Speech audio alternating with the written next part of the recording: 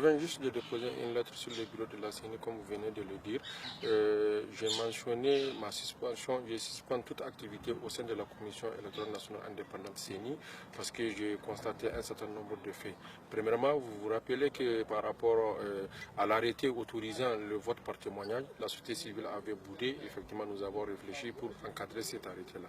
Mais cette fois-ci, avec le retrait effectivement de la COPA, la CENI est en train de prendre des dispositions. Un arrêté est signé par le président de la CENI pour pouvoir, au poste vacant de l'opposition. Alors que la loi est claire à son article 48 et 46, effectivement, qui parle de bureau de vote. Le bureau de vote doit refléter la configuration politique, c'est-à-dire les partis politiques en compétition. Sur le candidat chaque candidat doit être représenté dans le bureau de vote. Et le bureau de vote, les membres du bureau de vote sont constitués par les représentants des candidats.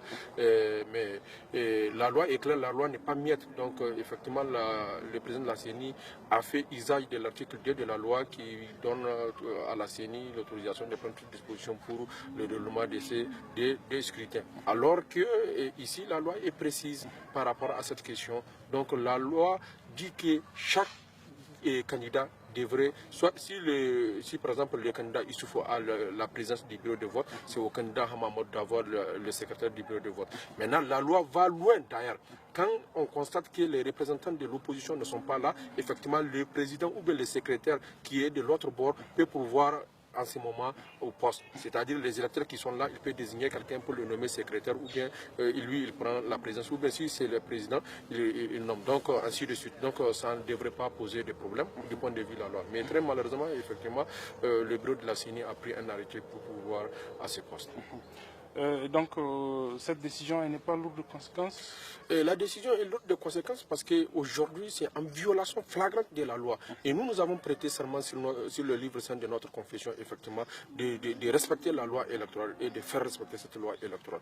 Donc si ça perjure avec les lois, je pense bien qu'il est bien normal que nous prenions nos distances parce que nous sommes des musulmans. Donc vous êtes bien dans votre point, hein? Nous sommes très bien, nous sommes bien dans notre point et effectivement, comme vous l'avez constaté, nous ne pouvons pas aller encore perjurer par rapport à cette question-là. Si nous avons accepté le vote par témoignage à la fin parce que c'était encadré, mais cette fois-ci, il n'y a pas d'encadrement. Et vous savez que les PV doivent être contresignés par tout le monde. Mais s'il n'y a pas les délégués des autres, quelle élection nous allons organiser? Pourquoi avoir attendu jusqu'à la dernière minute? Au fait, c'est hier que l'arrêté a été pris, parce que nous attendons pour trouver des solutions. C'est-à-dire qu'on ne peut pas dire qu'on va s'arrêter, on ne va pas organiser les élections, on ne va pas organiser ces scrutins, mais un arrêté a été pris qui ne respecte pas la loi. Et vous êtes seul ou c'est toute la société civile? Nous sommes des représentants des organisations de défense des droits humains au niveau de la CENI. Effectivement, l'autre est en déplacement, mais il est de tout cœur avec notre position. Donc, c'est les organisations de défense des droits humains qui se sont retirées effectivement des activités de la CENI. Merci.